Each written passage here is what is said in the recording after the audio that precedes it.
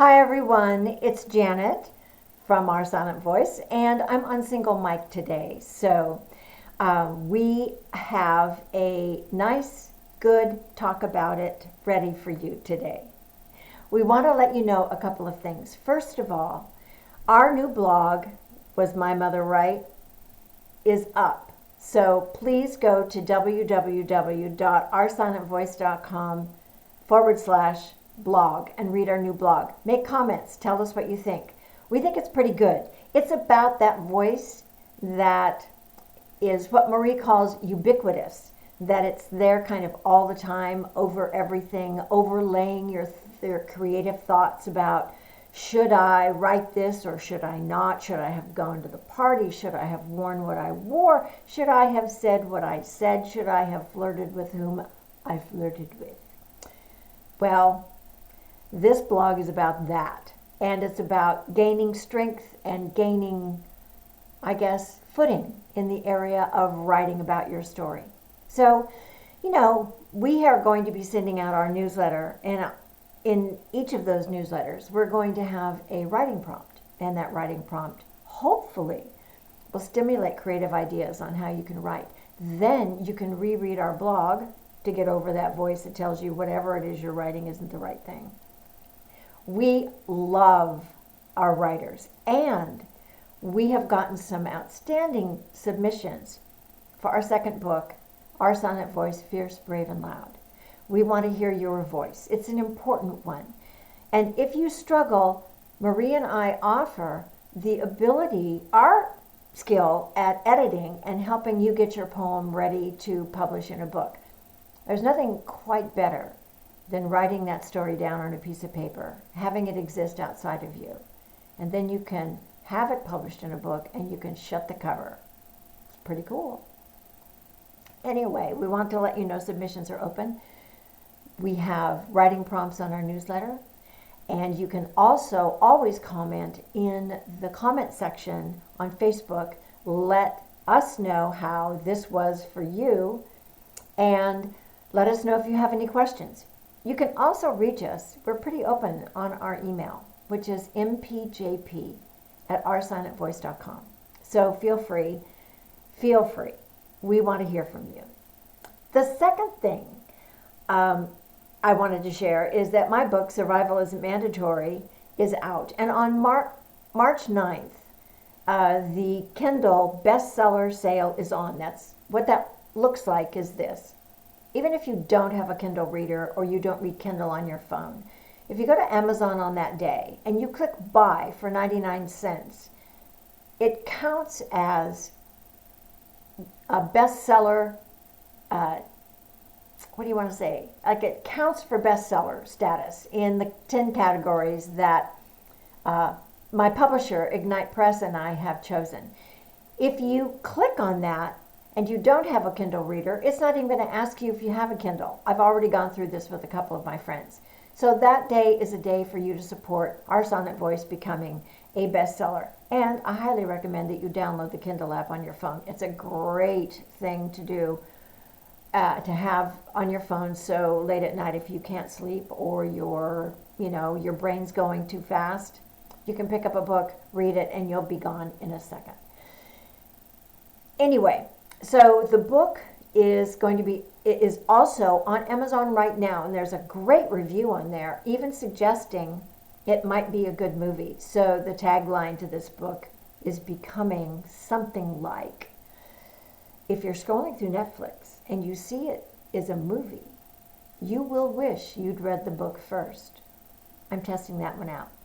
So, I also said that I was going to be reading a chapter from my book, Survival Isn't Mandatory. I advertised that on Facebook. And that I'm going to be reading from the chapter, Driving Lessons. Of course, there we go. So here it is. Here is one page from that chapter. I hope this page makes you wonder what happens next. Driving Lessons, Chapter 21. Take your foot off the damn brake, Janet. Use the clutch and downshift now. The Army Green 1952 Volkswagen Beetle hurtled brakeless down the steep, winding Mount Baldy Road.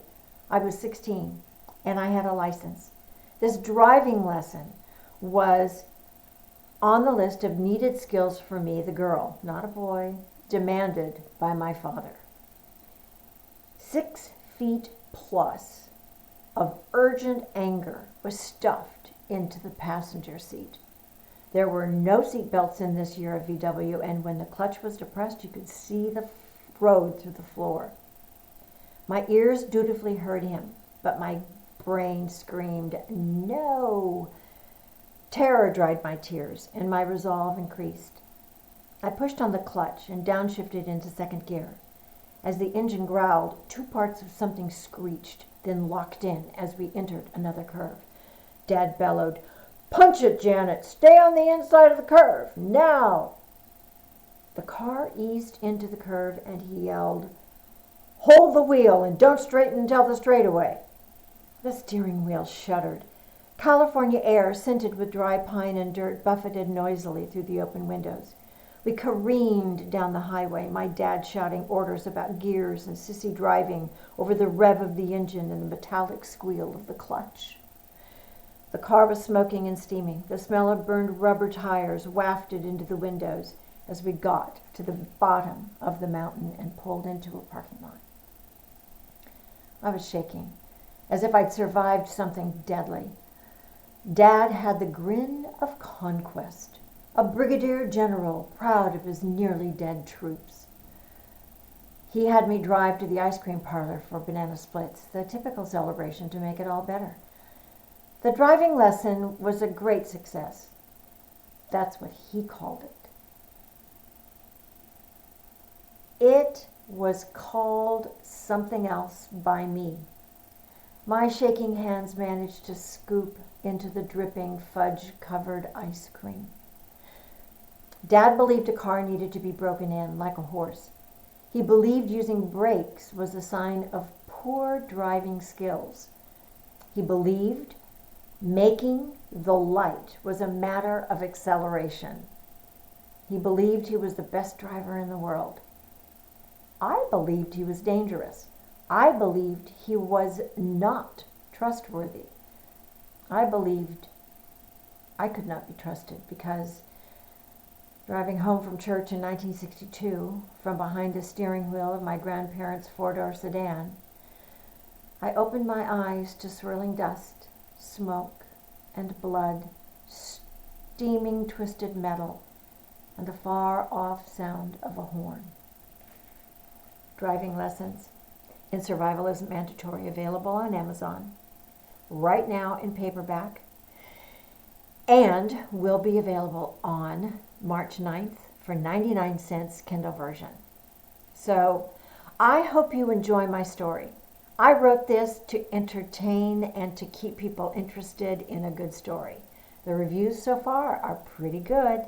So thank you for listening to talk about it, listening to one person talk about it, and know that we are looking for submissions right now for our next book, Our Silent Voice, Fierce, Brave, and Loud.